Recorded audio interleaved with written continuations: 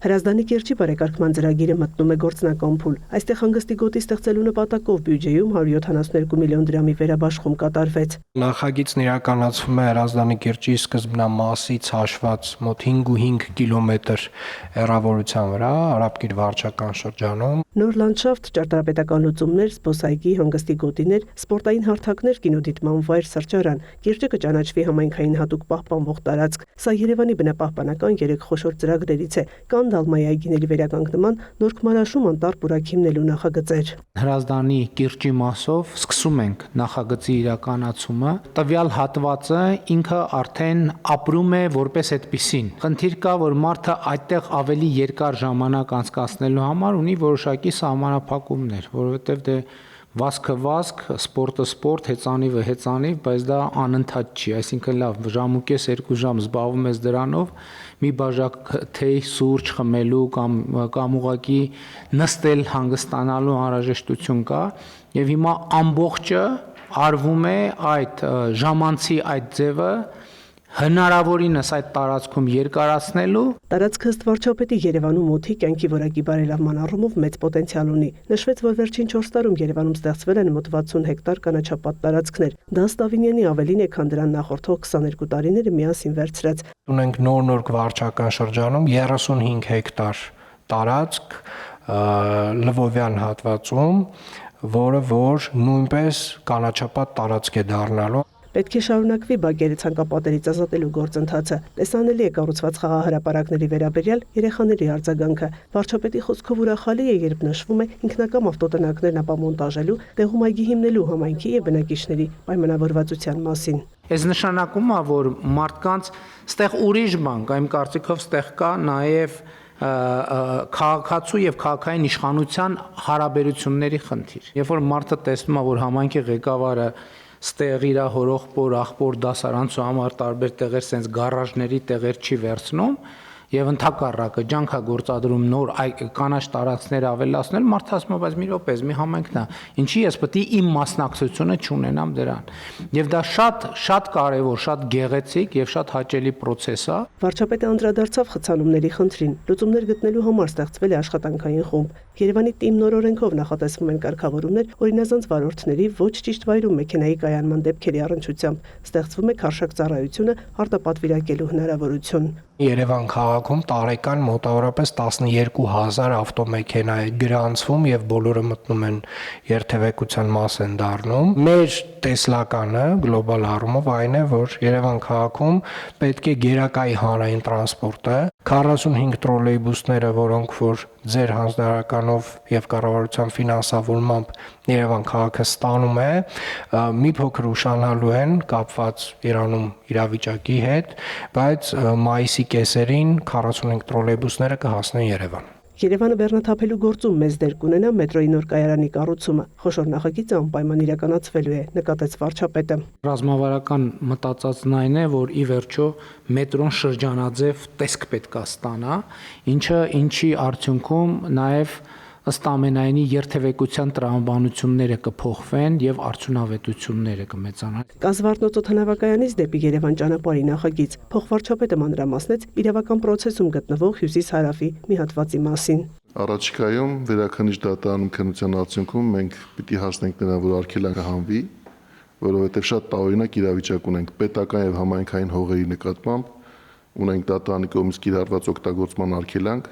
եւ չենք կարողանում պետական սեփականություն հանդիսացող հողի վրա հանրային կարևորագույն նշանակության կառույց իրականացնել։ Զուգահեռաբար իհարկե Երևանի քաղաքապետարան նախագծման աշխատանքները արդեն ընթացքի մեջ է դրել։ Նշվեց նաև մարզահամերգային համալիրի տարածքում մոտ 30 հեկտար կանաչ տարածքների որակը բարելավելու ծրագրի մասին։ Այդտեղ մի ուրիշ գաղափար ես ունեմ, աշխարհագրությունն ինքն էլ է ցույց տալիս, որ մենք Հրազդանի ձորի նախագիծը եւ համալիրի նախագիծը պետք է ինչ-որ ձևով ինտեգրենք, որպեսզի փող կապակցվեն, որովհետև այդտեղ այդեն շատ դժվար կածաններով իրանք մեկը կապված են, կարելի է ավելի,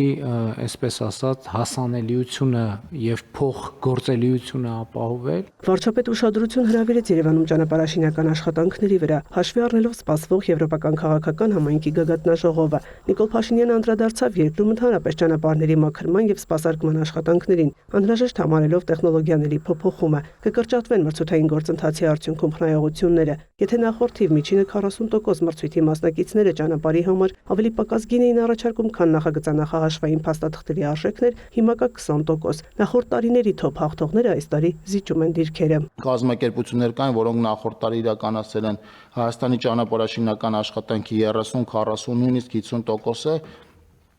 այս տարի իրանք հիմա տատանվում է ընդհանուր կայացած մրցույթների 10-ից 12%-ի շրջանակում են դա կապված։ Պարոն վարչապետ, անորակ աշխատանքի չընդունման հետ կապված է հիմնականում դա։ Այսինքն մենք դա արձանագրենք էլի, որ անորակ աշխատանքը մենք չենք ընդունում։ Նշվեց նաև, որ նախորդ տարի շինընկերությունների միջոցների հաշվին մոտ 30 կիլոմետր ճանապարհների քանդման կառուցման աշխատանքներ են իրականացվել։ Հանձնարարել եմ քանդել մի ճանապարհ,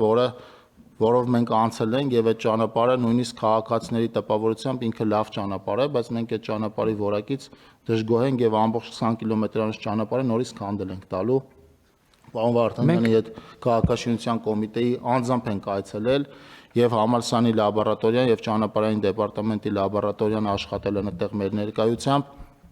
Պատկերը ոչինչ ոչ քաղաքաշինության կոմիտեի նախագահին չի գոհացրել եւ մենք այդ ճանապարհը քանդելու ենք։ Դա ենթադրում է, որ շինարարը այդ աշխատանքի հետ կապված ընդհանուր ունենալու է մոտավորապես 500 միլիոն դրամի կորուստ, բայց կարծում դա այն արժեքն է, որ իրանք պետք է վճարեն անորակ աշխատանք իրականացնելու համար։ Ամենօրյա ռեժիմով մոնիտորինգի են ենթարկում ճանապարհները եւ վատ արած աշխատանքը առաջին հերթին նկատում են ճանապարհային դեպարտամենտի գործընկերները, մարզպետները, համայնքները, նախարարությունը։ Մենք առավել քան շահագրգիռ ենք այս մասով եւ այն հատվածներում, որտեղ եւ նախորդ տարիներին ենք պատճառել անհարմարություն շինարարության հետ կապված եւ այս տարի քանդել կտանք, պիտի խնդրեմ, որ այդ հատվածներում մեզ բնակիչները ըմբռնումով մոտենան, մինչեւ ամբողջությամբ կարողանանք դաշտը բերել որակի մի ստանդարտ։ Որակի ստանդարտին չի համապատասխանում, այո, պետքա քանդվի, նորից սարքվի։ Արտուր Ալեքսանյանի անվան մարզահամալիրի շինարարությունը, որ ձգձգվում է, ի՞նչն է եղել պատճառը։ Այնտեղ ամբողջական շինարարական կտորներ,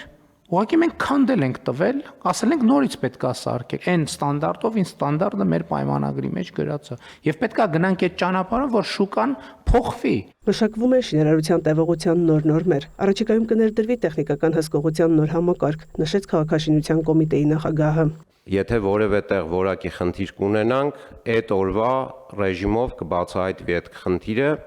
եւ կանխարգելվի։ Քննարկվել է ճանապարհների շերտագրման սարք ձեռք բերելու հարցը։ Այն թույլ կտա արհեստական բանականության հետ համադրելով որոշել նորոգման տեսակը։ Սարքավորումների արժեքը մոտ 1.5 միլիոն դոլար է։ Երթևեկելով այդ ճանապարհի վրա մեզ կպատնի օրինակ ճանապարհի 70 սանտիմետր խորության վրա գտնվող ճաքերի մասին, ինչը մեզ թույլ կտա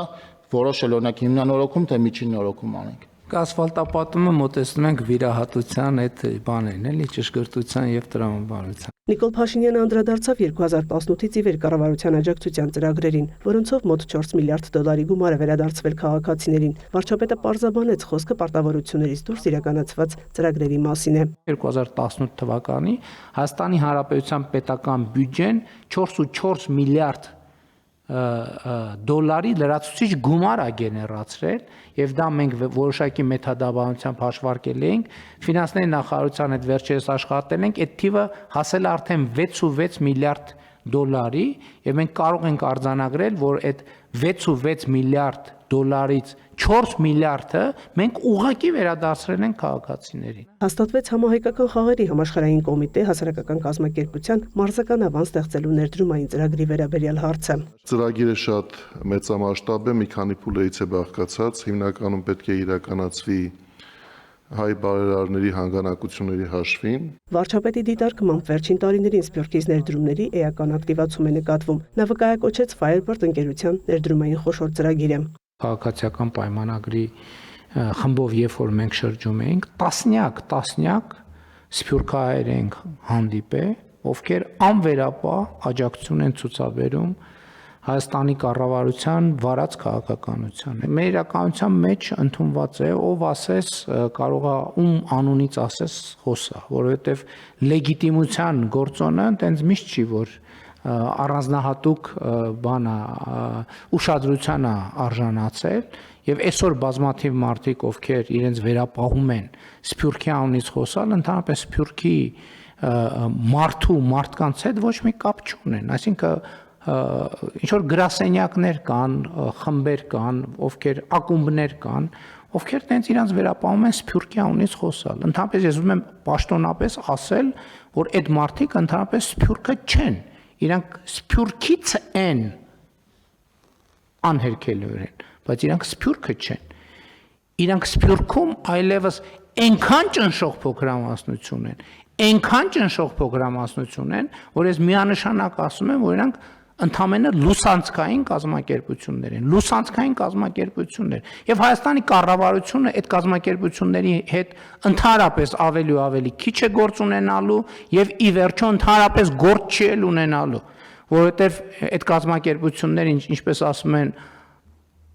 ԱՆՄ կա, ԱՄՆ չկա։ Վարչապետը անդրադարձավ նաև հողատեսքերի նշանակություններին, անհրաժեշտ համարելով հողերի քարտեզների վերանայումը։ Գյուղերից մեկում մարդը շատ կոնկրետ բան է ասում, ցույց է տալիս տեղ, ասում է սա արուտավայր է, որը արգելվում է, մեզ թույլ չի տրվում այդտեղ ներդրում անել այն տրամաբանությամբ, որ դա արուտավայր է։ Բայց տեսնում ես քարու քռա ընդհանրապես այդտեղ հնարավոր չի, որևէ կենթանի չի կարա այդտեղ արուտ անել։ Հետևաբար մենք պետք է այդ տրամաբանությունից դուրս գանք։ Տնտեսական զարգացման այս փուլում մենք պետք է այդտեղ շատ լուրջ, իհարկելի եմ ասում, չվնասելով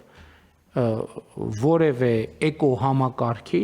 մենք պետք է այստեղ նորից վերագնահատում անենք։ Կառավարությունը հաստատեց փոքր գյուղացիական տնտեսությունների համար անտոկոս վարկի ծրագիրը։ Յուրաքանչյուրին տրվող վարկային սահմանաչափը 1-ից 2 միլիոն դրամ է։ Ամբողջ տոկոսադրույքը կառավարությունը կսուբսիդավորի, բայց պայմանն է, որ այն պետք է լինի առավելագույնը 14%։ Շահառուները առաջին 6 ամիսը ոչինչ չեն վճարի։ Տոկոսադրույքները կվճարի պետությունը։ Իրենք կսկսեն մայր գումարը վճարել 6-րդ ամսից։ Մայա Խաչատրյան, լուրեր։